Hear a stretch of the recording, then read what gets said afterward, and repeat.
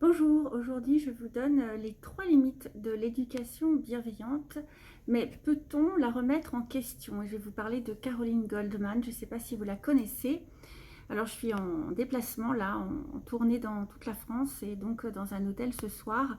Je me suis dépêchée de me mettre aux vidéos dans un moment de calme. J'espère que je vais pouvoir aller jusqu'au bout, on va bien voir ça. Alors pour commencer dans le vif du sujet, peut-on remettre en question l'éducation bienveillante aujourd'hui? Caroline Goldman le fait avec un certain impact si on en juge par le succès de son podcast. Je ne sais pas si vous avez déjà vu ça. L'écho qu'elle trouve auprès de la population s'explique sans doute de deux manières. D'une part, elle a mené une carrière universitaire de 15 ans et en se spécialisant dans la psychologie des enfants. Et d'autre part, elle dit tout haut ce que beaucoup pensent tout bas, sans oser s'exprimer. La fille de Jean-Jacques Goldman, donc personnalité préférée des Français à 12 reprises, je ne sais pas si vous savez, va totalement à contre-courant du mouvement d'éducation bienveillante qui bénéficie d'un véritable monopole dans l'éducation parentale ces dernières années. Mais Caroline Goldman est assez isolée. Et elle paye le prix de ses positions, si l'on en croit un article de Pure People. Bon, c'est pas une source extraordinaire, mais bon, je cite, ces partis pris sur l'éducation des enfants font polémique sur les réseaux sociaux et ces critiques vers deux figures de proue de la parentalité positive, vous connaissez sans doute Isabelle Filiosa et Catherine Guéguen, ou Guédon, je ne sais pas comment on prononce, lui valent de nombreuses attaques. Fin de citation.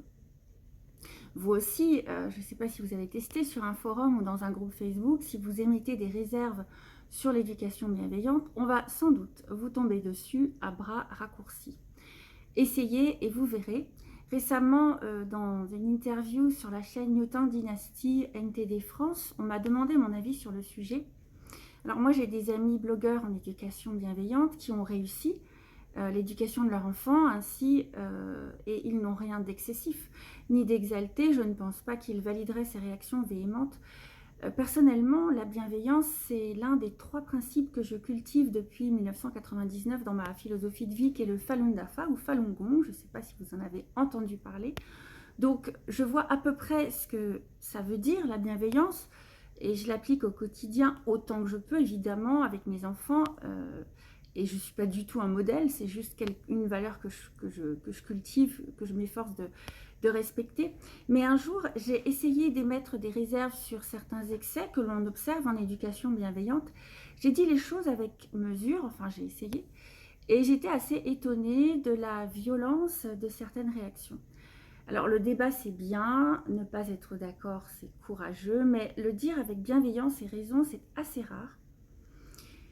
Et ce qui m'étonne surtout, c'est que certains sujets, et l'éducation bienveillante en fait partie, sont considérés par une majorité comme des dogmes que l'on n'a plus le droit de remettre en question. La conversation tourne vite aux insultes, au rejet, à l'exclusion. C'est tout sauf apaisé et productif. Et pourtant, personne, je pense, ne remet en question la nécessité de la bienveillance. Caroline Goldman non plus, je pense, même si je ne connais pas tous ses travaux. En gros, soit vous êtes d'accord avec l'éducation bienveillante, soit vous êtes une réac, une passéiste, opposée au progrès, qui défendait les violences éducatives, ce qu'on appelle les fameuses VEO, vous savez, les violences éducatives ordinaires. Vous êtes obscur, vous êtes moyenâgeux. Et pourtant, lors de cette discussion sur le forum, je posais simplement la question, est-ce que la bienveillance est le plus important en éducation? Alors, on le voit bien autour de nous, ne parler que de bienveillance ne fonctionne pas pour tout le monde. Et pourquoi? Donc ici, je voudrais vous donner les 3 raisons. Restez bien jusqu'au bout car la dernière peut vous être très utile. Alors, je suis désolée, je vois que mon écran n'arrête pas de bouger, c'est normal, j'ai pas mon pied de caméra, je suis en déplacement, j'ai rien du tout. Donc, c'est peut-être pas très agréable pour vous, je suis désolée, mais bon, je me suis dit qu'il valait mieux que cette vidéo sorte plutôt qu'elle sorte pas du tout. Et voilà, c'est un peu ça la vie des blogueurs et des youtubeurs. L'éducation bienveillante repose, vous le savez, essentiellement sur l'écoute de l'enfant, le respect de ses émotions. Elle tire son origine de la psychologie positive fondée en 1998 par un certain Martin Hippie, un Américain, Seligman, chercheur en psychologie. Soit, dit en passant, en faisant quelques recherches sur ce psychologue, je suis tombée sur des faits étonnants et assez contradictoires. Alors je ferai une autre vidéo pour démêler tout ça quand j'aurai le temps, parce que ça demande pas mal de temps de faire des recherches. Et en attendant, abonnez-vous à cette chaîne et surtout à ma liste email. Vous trouverez le lien juste en dessous pour recevoir les ressources offertes. J'offre ça à tous mes abonnés. Donc vous verrez par exemple, vous aurez les 6 trésors de sagesse chinoise qui permettent d'éviter les conflits à la maison. Ça fonctionne vraiment, je l'ai mis en pratique avec des mamans que j'accompagne. Vous aurez aussi la première bibliothèque idéale, donc les livres à lire avant 16 ans, les 10 livres à lire avant 16 ans, donc suite à des recherches que j'ai faites, et vous pouvez aller voir d'ailleurs la vidéo sur les 2 seuls moyens de donner la goût de la lecture aux enfants, et notamment il y a l'importance de choisir des bonnes lectures. Donc vous aurez la bibliothèque idéale offerte, vous aurez aussi quelques exercices faciles pour vous et vos enfants pour apprendre à se tenir droit, et c'est super important pour travailler, pour être bien dans sa peau, pour être plus beau aussi. Vous aurez tout ça dès que vous vous inscrivez. Et juste, je vous précise, quand vous vous abonnez à Éduquer avec Sagesse, vous restez totalement libre puisque vous pouvez vous désinscrire à tout moment. Alors, pour reprendre le sujet, l'éducation bienveillante est en réalité un projet de développement personnel pour les parents. Quand on y pense vraiment, il n'est pas difficile de comprendre pourquoi les conseils qui reposent uniquement sur l'écoute active pour sauver les relations échouent si souvent. Alors, je ne veux pas généraliser encore une fois, j'essaie d'observer des tendances, des choses qu'on a partagées avec moi, des retours d'expérience, des analyses. Une maman peut faire de son mieux pour écouter attentivement les plaintes de son enfant qui se met en colère, voire la frappe, mais elle n'est pas une thérapeute qui écoute un patient se plaindre d'une tierce personne. La personne que son enfant agresse et dénigre, derrière toutes ces émotions, c'est elle-même, la maman. Il y a des gens qui peuvent être magnanimes face à de telles critiques, le Dalai Lama par exemple, mais il est peu probable que nous, les parents modernes, ayons atteint le niveau de sérénité d'un moine. Et puis, nous n'avons pas la même vie. L'écoute active demande aux familles de faire une gymnastique émotionnelle de niveau olympique, selon moi, et ce, même si leur relation est difficile. Et aujourd'hui, les relations sont difficiles avec les écrans, avec beaucoup de choses. Le contexte actuel fait que les relations familiales ne sont pas souvent faciles. Donc bien sûr, se remettre en question avant chaque parole, chaque acte peut être bénéfique. Évidemment, c'est quelque chose que je fais, enfin que j'essaye de faire et que j'encourage tout le monde à faire, mais tout le monde n'a pas envie de faire cet effort. C'est un véritable chemin de développement personnel. Certains peuvent avoir envie de le suivre, d'autres non. Et ne devrait-on pas être libre de l'adopter ou pas? En résumé, la bienveillance est donc nécessaire. Personne ne la remet en question, mais elle n'est pas suffisante, selon moi. Elle ne résume pas tout en éducation.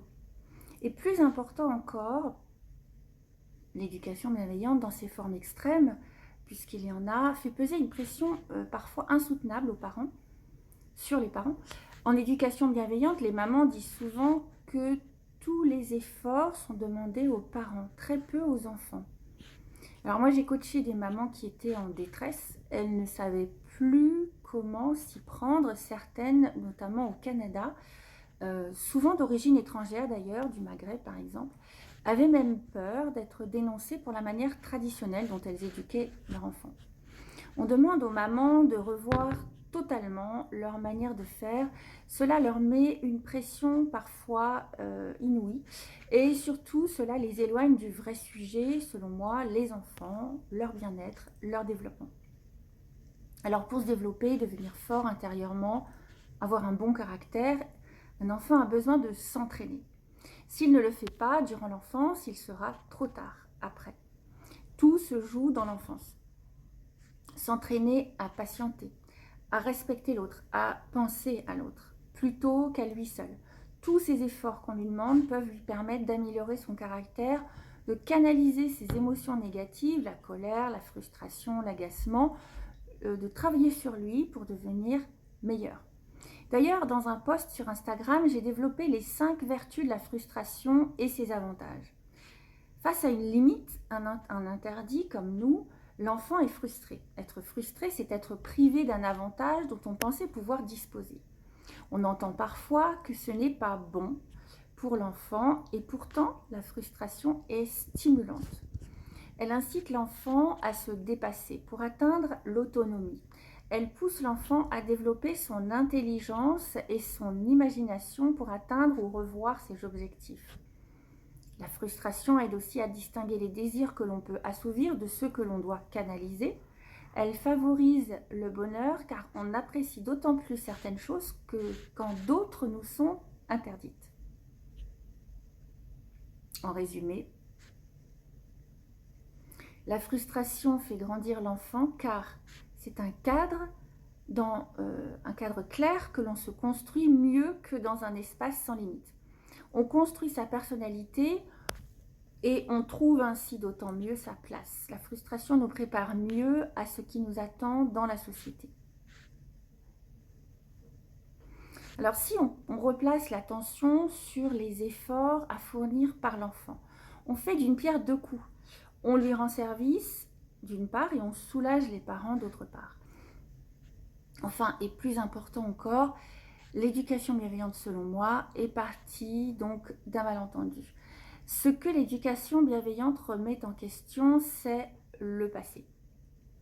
Or, en lisant les écrits des penseurs historiques de l'éducation, Confucius en Asie, Platon en Europe, j'ai trouvé que leurs principes sont empreints d'une immense bienveillance à l'égard des enfants. Par exemple, dans son traité sur la rhétorique daté de l'an 92, Quintilien détaille comment instruire un enfant en respectant dans les moindres détails les stades de son développement et son besoin de jouer. Ces penseurs de l'éducation ont façonné les esprits pendant des siècles et dans le monde entier. Si des gens ont fait preuve de violence autrefois, était-ce en raison de la façon d'éduquer à l'époque? N'était-ce pas plutôt que de tout temps il y a eu des gens violents, irrespectueux, insensibles? N'y en a-t-il plus aujourd'hui? Alors dans un contexte où l'éducation bienveillante fait l'unanimité, pourquoi les chiffres de la violence domestique et de la pédocriminalité sont-ils si alarmants? Pourquoi parle-t-on autant de bienveillance? N'est-ce pas justement parce que l'on en manque aujourd'hui? Partout, pas seulement dans les familles. Je suis convaincue que c'est précisément en s'appuyant sur des ressources ancestrales que l'on trouve la bienveillance et la force de mieux éduquer les enfants avec plus de bienveillance. Je veux dire la vraie bienveillance, celle qui veut du bien à l'enfant à court, moyen et long terme. La puissance et l'efficacité de ces principes de sagesse, les mamans qui éduquent avec sagesse ici peuvent en témoigner. Alors, si vous connaissez une maman, un papa en difficulté, invitez-les à s'abonner pour recevoir ces ressources offertes. Le lien, encore une fois, est juste en dessous. Vous pouvez aussi partager cette publication avec une famille que vous connaissez.